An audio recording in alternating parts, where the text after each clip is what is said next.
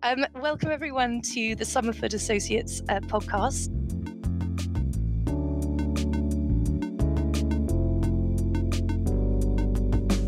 Where we're really privileged to speak to some really interesting women in this industry, not about necessarily being women, but about their work. And so I want to introduce you to Zoe Mackenzie today. Welcome, Zoe. Hi there, Anne. Thanks for joining me.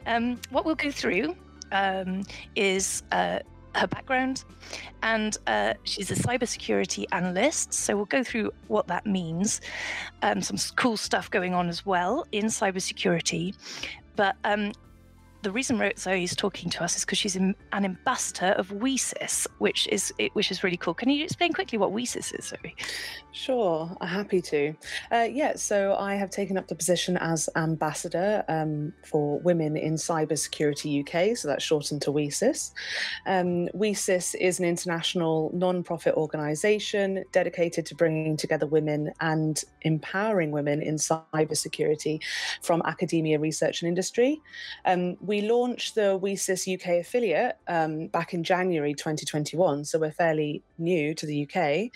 And we are continuing the mission to help build a strong cybersecurity workforce with gender equality by facilitating recruitment, retention and advancement of women in the field. And you're absolutely right. And I am also working as a cybersecurity analyst. So it's all very exciting. So that's your day job. That's my day job.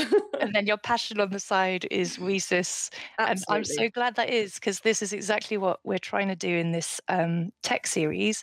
Although I think if you're a listener, you're able to hear some interesting things which hopefully resonate with you about working in cybersecurity in our example today. But also by the fact there's a person identifying as a woman interviewing another one, we kind of hopefully will platform some lady voices talking about tech things. So let's start. Tell me about yourself, Zoe. How did you get here? How come you're now an ambassador? Yeah, so a colleague said to me once that a career is rarely like a ladder and it's more like a game of snakes and ladders. Mm-hmm. And I have to say, I think that's completely true of my, in quotes, career, or my portfolio career, as I think it's now being termed. So I actually graduated in a mathematics degree back in 2013. I really feel I took that originally because I really wasn't sure what I wanted to do after school, and I knew I was good at maths, so I just went and took that. Can't go wrong with a maths degree, right? Well, that's what I thought. I thought, I could go and be an accountant, maybe. I mean, I really wasn't quite sure what really jobs there were back then. However, when I graduated, I didn't get on so well with my maths degree, I have to be completely honest, and I did graduate with a 2-2. At that period of time, this was kind of apprenticeships and other types of opportunities being offered, and pretty much all of the graduate schemes required you to have a 2-1 or above, especially the more generalist consultancy grad schemes, because again, I really didn't know what I wanted to do. So I really wanted to try out a few things first. Mm-hmm. So I thought, well, you know what, I'll think about my career later. All I want to do now is maybe I'll do a bit of traveling, because I just went straight from school into uni and I never had any time off. So I thought, okay, well, I'll go and work as a sales admin. I found a graduate sales admin position at a local software reseller company. And I thought, well, I'll work there for 6 months, I'll get some money, and I'll just go traveling. So somehow there's always an odd route into software. And this was your odd route in, is it? It definitely was, because when I arrived, I realised, long story short, I never stopped working from that moment in time. I've always been full-time employed since then. Because I was working in software, but funnily enough, it was an accountancy software. So I thought to myself, well, I could potentially pivot from this into accountancy, or I could pivot from this into technology. As I started learning, that graduate sales admin position soon morphed into a product trainer position, because I just loved speaking to people, as you can tell. And I loved going out and meeting clients and going out and training people and learning actually what they did in their jobs. And that was a really important moment for me, actually, was seeing inside of other people's roles as financial managers and accountants, in-house accountants, and what type of industries they were working in. That was a really interesting to me as well. However, after that, I then got picked up for a network security graduate role, which to me, that was a bit of a light bulb moment, because I really, really enjoyed my cryptography course in my maths degree. It was actually the only part of my maths degree I really enjoyed. And suddenly that light bulb moment happened where I thought, oh, cryptography plus networking is like a lot of our public internet is secured by cryptography. And I think I just found that just amazing that mathematical algorithms were securing our public internet. And you know about both of them now, yeah. Okay. Exactly. Yeah, technology plus cryptography security. So it was that's when my interest was peaked, to be completely honest. That was back in 2015. But of course, it's not necessarily just because you decide you want to go into security doesn't then mean, okay, I can now go and get a security job, because I think a lot of the security roles out there, even though they are in quotes entry level, they still require you to have industry experience, whether that be in a related field. So that's why it is, I think, quite hard to break into cybersecurity, because often people think, do I need to train myself up and then I can just get a job? But often you really do need to have that work experience in a related field to start off with, so that you're actually, because security is all about understanding how technology works, understanding how businesses operate. And once you understand that, you're then able to understand, oh, how can we better secure these people, processes, and technology effectively, which is what keeps a business going. So yes, so that wasn't really my break in cybersecurity at that point. I was actually made redundant from that role. I just thought, well, yes, I'm being made redundant. It's not personal, it's business. And maybe this could be an opportunity for me actually to pivot. Because at that point, because I'd had a bit of a taste for network security at that point, I realized I started to understand the gaps in my knowledge. And again, I didn't think to myself, oh, let me go straight into a cyber job at this point. I actually thought, well, I think I need to fill in the gaps in my technology knowledge first, before, so that I actually understand how security is being related to companies. So I then took my third and luckily to say final graduate role, as an IT support engineer. So you've got the cryptography really is the core of the theory behind how we secure stuff. Then you've got the network security, which is obviously how everything talks to each other. And so this IT support side, you're getting onto the app layer and higher up on that stack. I don't know what you call it. Yeah, no, I think that's absolutely right. So I felt that I had network security knowledge, and networking knowledge, because I was learning CCNA at the time. And I also had front end, almost like software and soft skill knowledge from being the product trainer. But what I was missing was the big chunk in the middle, where you have computers and servers and printers and local networks of a company. And because I was missing that bit, I thought, well, if I go into an IT support engineer role, and luckily I went to a brilliant organization, a kind of small managed service provider, which gave me exposure to a huge amount of clients who had completely unique systems, which was absolutely fantastic, because I wasn't just learning one technology. I literally learned every single technology that could possibly be used by a small to medium-sized business in the UK, which was just fantastic. And that included cloud systems. So I was doing system administration for local Windows servers. I was helping configure Mac OS, Mac operating systems, Windows operating systems, and then it moved into the cloud. So I was working with Microsoft Office 365 and Azure, and just learning actually all of the different types of setups you can have in an organization, such as everything could be on premises, everything could be actually within the walls of the office. Or you'd have some clients that had everything in the cloud. And then a lot of clients at that point, because this was about 5-6 years ago, had a hybrid approach. So they had some of their systems on site and some of their systems in the cloud. And I was just learning, I was just absorbing, how how does this infrastructure talk to each other? And as well as working as an IT support engineer, I decided at that point, okay, I still really want to learn the theory of security, but Mm. I don't want to take time out to this because I would love to learn about it in tandem with working, so I'm able to apply my knowledge. Yeah. So I opted, and this is not the route that everyone needs to take to get into security, as you've probably found. There is a snakes and ladders approach, pretty Oh, much. so many different routes in. So, Yeah, so if you're listening and you're tithinking, "Oh God, I haven't got a degree in yeah. maths or about to do a, Mm. I presume, a master's or something." Yes, yes. Yeah. Well, it sounds good though. So, what was your master's in? Yes, so I chose to take the Masters in Information Security at Royal Holloway, University of London. One of the reasons why I opted to take it was, firstly, it was, to be completely honest, it was the first year the government were offering student loans for master's students, Amazing. whereas before I'd never been able to kind of factor that in financially as an option. So I thought, okay, well, I can take a loan out.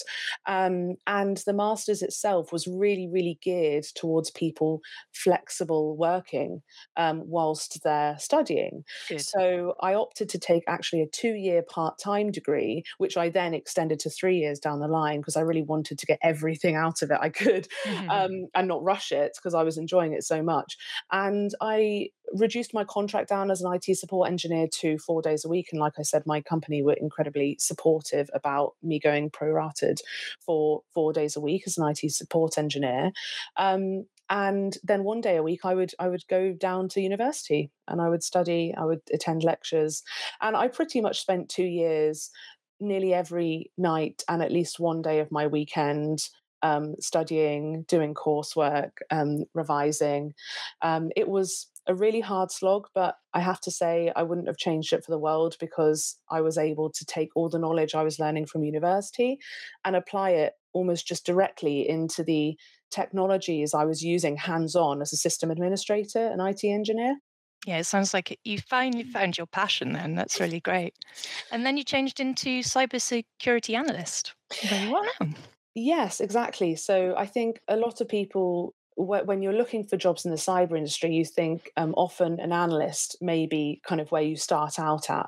But like I was saying, even though it looks like an entry level role in the cybersecurity industry, it was my experience, my 3.5 years experience as an IT engineer and previous networking experience that all contributed towards me being qualified for and ultimately achieving the role of a cybersecurity analyst. Yeah.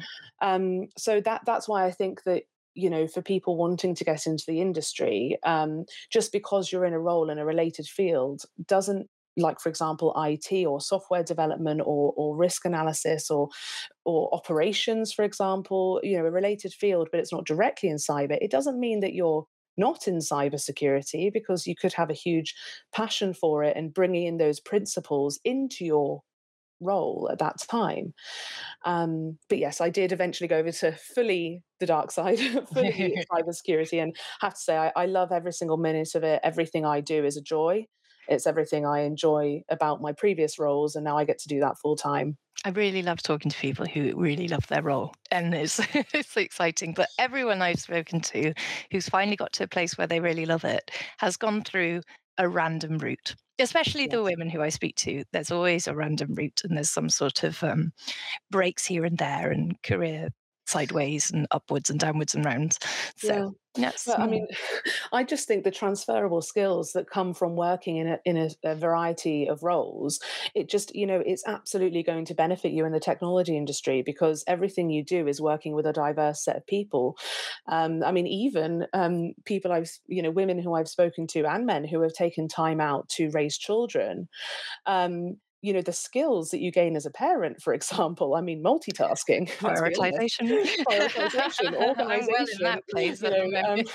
Yeah. managing difficult people, that all of that, weirdly, it's transferable skills into the workplace. And I feel like if we start to get creative about how cybersecurity roles are being positioned in the industry and also what kind of yes, you will have to learn technology, and yes, to be in the industry, in the technology industry, to have a passion for it or just a sense of being willing to learn it and wanting to learn it. You can learn it. There's so many resources online as long as you have that direction as to what And the desire to do it. what would you decide to learn at that Yeah. point. Which brings us actually quite nicely on to what you actually do on Mm, as a cybersecurity mhm, analyst, because maybe people don't understand the day-to-day bits of mm, your role, and that will help explain to people what those transferable skills are. So, yeah. so what does a cyber analyst do? Security That's analyst. yes. I mean, I first have to say that pretty much all of the cyber analyst job descriptions I've read, because I read a lot when I was obviously applying into the role, that they all vary. They do vary. Sometimes cyber security analyst roles can be specific to a certain area of cybersecurity. And I think that it's really important to, if you are looking to get into the industry or you're just interested in learning more about the industry, to be fair, is to look at some resources online around the different cybersecurity domains. So, luckily, as part of my role now, I get to do a little bit of every domain, as it were. I'm a generalist cybersecurity analyst, so I act as more on like a second line operations role, where I get to be involved with internal advisory to my organization. And I do consultancy work as well, internal consultancy work, because I work in an in house cybersecurity team, which, again, depending on where you go in the industry, an analyst role, if you're working for, you know, a managed service provider, is going to be different than if you're working for an internal security team. Mhm. So I'm happy to go through some of the kind of different cyber domains, that just a few of them that I do Yeah, day to go for it. day. Yeah.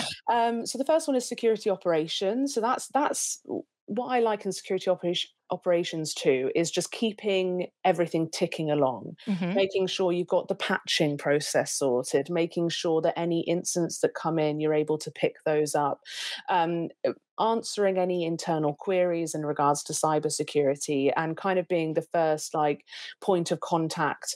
Security operations is often just the first point of contact at a security team. Hmm. And that would be where some analysts may specialize in kind of SIEM systems, Hmm. logging and monitoring. And like I said, making sure that all of the tooling is being looked at and monitored, and any alerts coming in are responded to. Yeah. So that's security ops. So I do a bit of that. Next one I do, and I did touch on this before, is incident response. So that is, I very, imagine very like a war important. room, like there's a big incident happening, there's a red light, and you're all around a whiteboard or a big screen.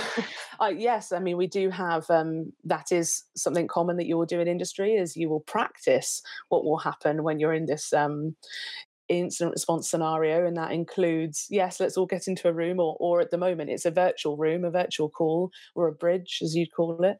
um, so with incident response, what I love about this area of my role is actually how many varied skills you need in this scenario. So you need to be able to act calmly in a very highly stressful situation. You need to be able to follow a process to ensure that, because when you are highly stressed, it's, you need to understand your own stresses and Mm. understand how to combat that, because people make mistakes when they're stressed, Yeah. and when things are being pressured. And often, that is that is the method that cyber attackers and bad actors will use against an organization, is to make you feel as stressed as possible. That's often how phishing emails and security, or social engineering works, is that you put pressure on them, and you Yeah, start to give them make a mistakes. rush, make them feel like someone's stolen their log and they have to Yes, yeah, okay. absolutely. So it's And it about works being actually calm. in the response for it as well. Yeah, okay. Absolutely. So when you get that incident in, you've just got to be like, incredibly calm and Mm. rational. And really, you've just got to practice that element of just taking a step back for a second. And that's where the analyst side of things comes in as well. So if you're in an incident response scenario, it may be one of our managers who would lead the overall incident response in terms of delegating who does what. And let's say, as an analyst, I would be delegated, okay, Zoe, we need you to look at this element of the incident. Can you run some analysis on what has actually happened there? What was the point of compromise? Um, and so a lot of what I do in an incident is fact finding. I need to understand, I need to be able to go through a huge amount of information quite quickly and be able to determine and work with the team. Again, this is not a thing I do on my own. You have to work in a team, you have to be a good team player, and you have to be really, really good at communication as well, in that scenario. So that's kind of what I do on the incident side of things.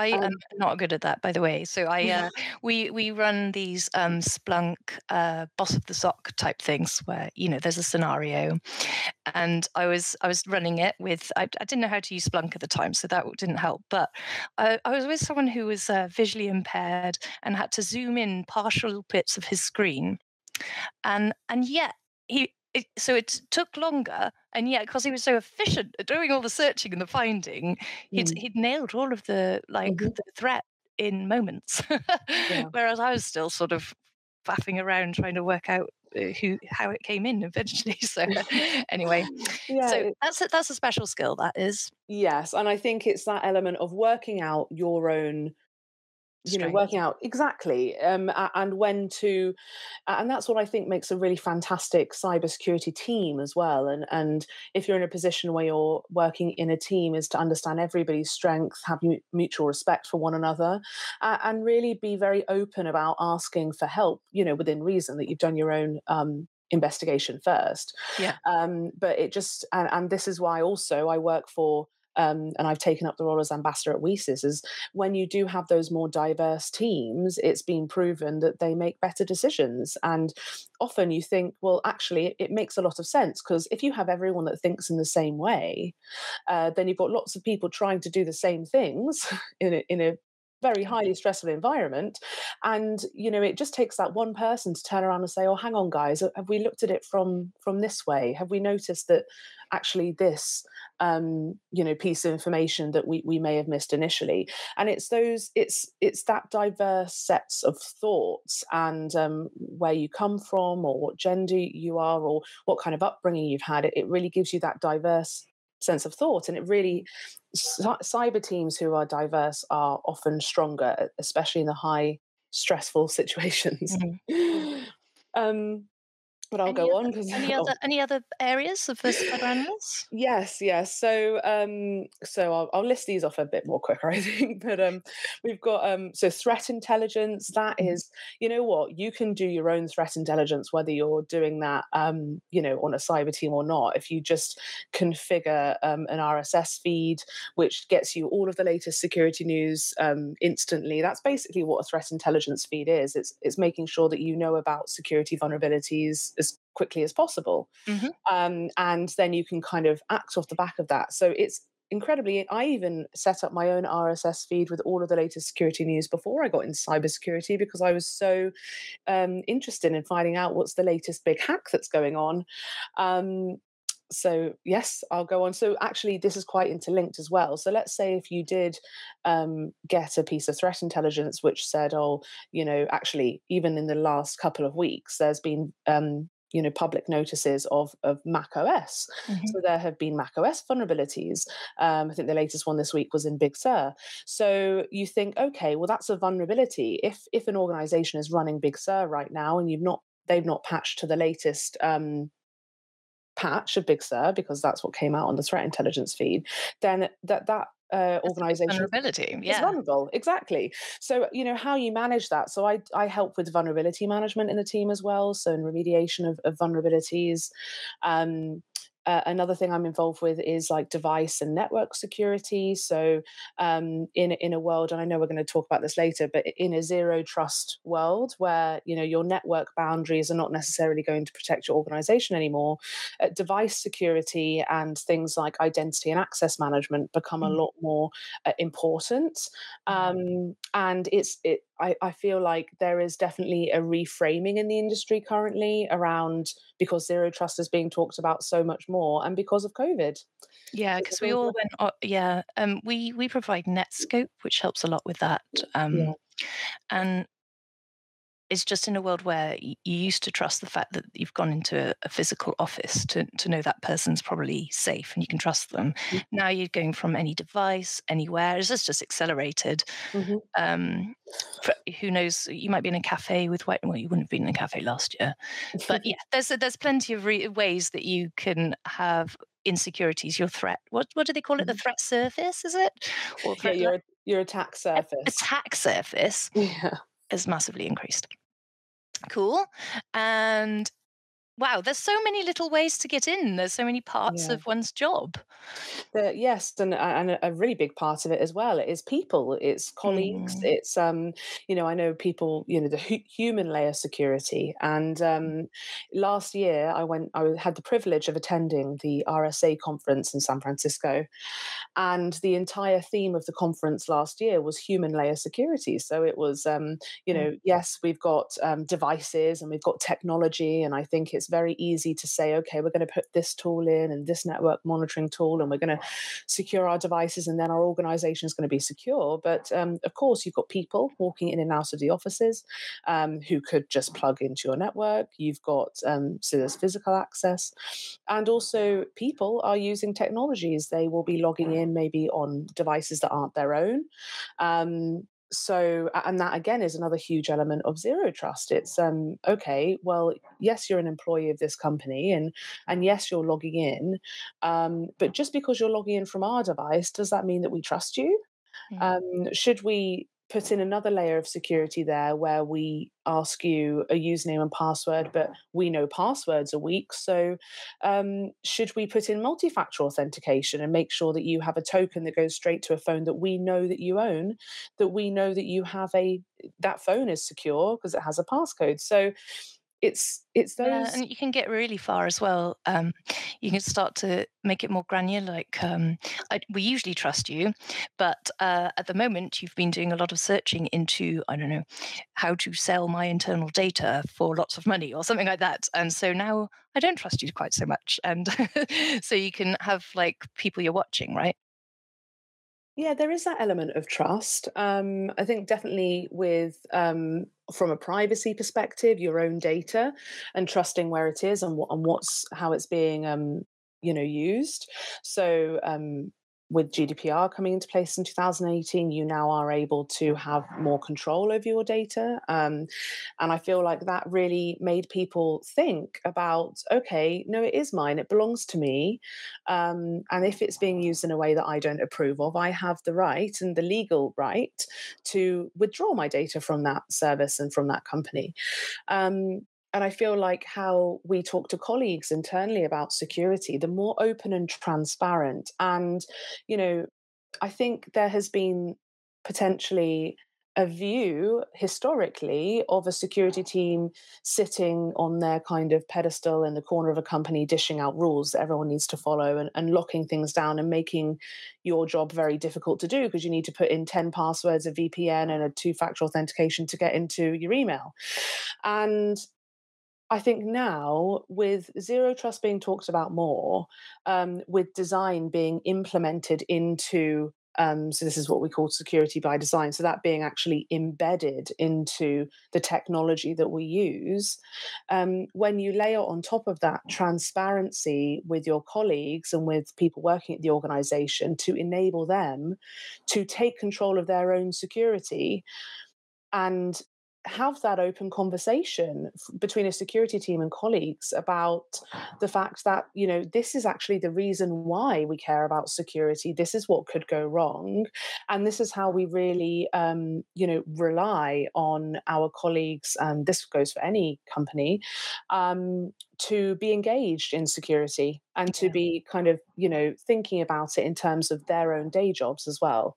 And once you do secure by design and bring the people on board, it doesn't become so much of a barrier. It's a bit more seamless, isn't it? Yes, actually, it could be seen as the opposite. It can be seen as an enabler, because if you think about, let's say, we only had security protections around our network at the office, Hmm. and then we told all of our colleagues, oh, you're only allowed to work from us if you're only allowed to even access your computer because it's stored in our office and we know that it's protected. And so you need to make the long commute in to come and work for I us. And obviously, see.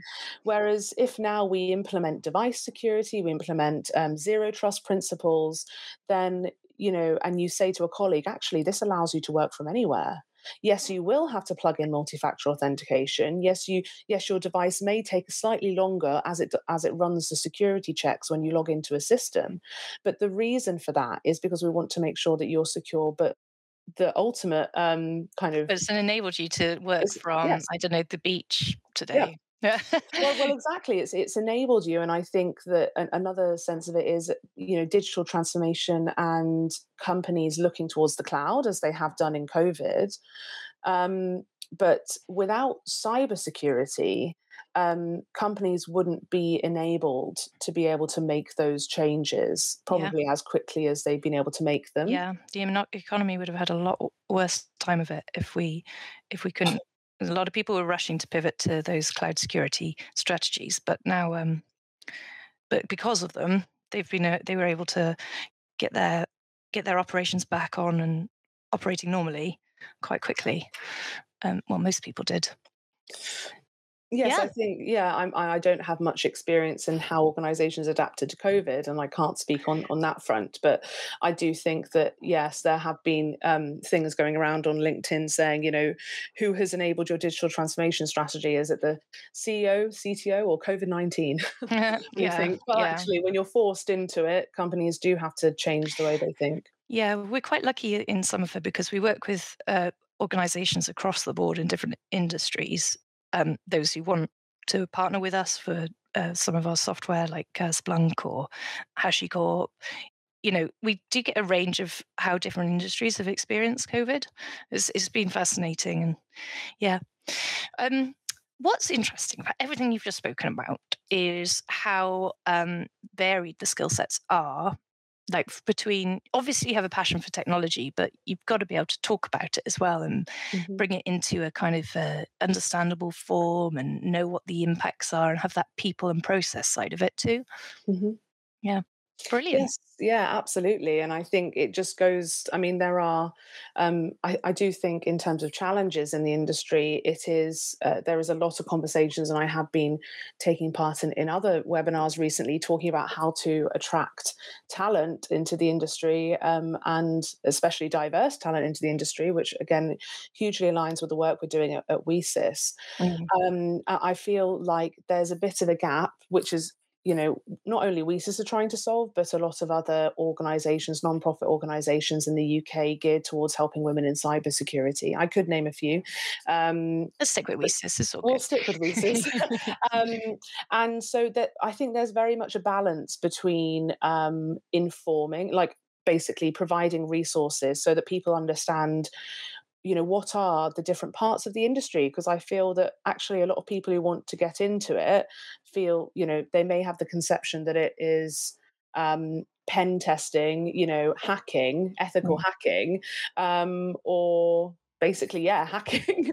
I think a lot of people just think it's kind of Well, that, and yeah, they don't it's realize that not. you don't have to have been a hacker or been a coder, been the person in school who hacked into their school system's laptop and put games on it or anything like that. Yeah. You can come from all sorts of routes. Thank you so much for talking to me today about WiCyS and about being a cybersecurity analyst and what that means and what that means for you. Have you got any next steps for anybody listening? How do they reach out to WiCyS? What do we? Yes, so I believe the resources should be with this podcast as well. Mhm. But if you could visit us, we do have a LinkedIn page. So if you'd like to follow us on our LinkedIn page, and through our LinkedIn page and through our website that we'll be launching, and again, we'll be attaching to this podcast, we are going to be providing resources. Please do reach out to us. We're looking at putting on an event series very shortly and publishing blogs. And I think just if you're looking to get into the industry and you're looking for that extra bit of support, or you're already in the industry and you're looking for a professional network, to be able to share kind of like-minded stories in a safe space, then please do join us. And we have, you can join us and just follow us for the moment. And then there is a centralized membership option for WiCyS as well, which gives you kind of that extra level of access to paid training courses, as well as kind of more kind of closed circle events, which you wouldn't get access to had you not been a member. So yeah, we will be attaching the resources to this podcast. And thank you so much, Anne, for having me on. No, it's been a pleasure, Zoe. It's been so interesting to hear about you from your busy lunchtime. It was great that you managed to spend the time to chat to me, and very interesting. Thank you so much. No, it's absolutely my pleasure. Thanks for having me. I hope you're enjoying our Women in Tech podcast series. At Somerford Associates, we are really passionate about platforming diverse voices. So check out somerfordassociates.com for the full Women in Tech series, and follow us for more inclusive content in the near future.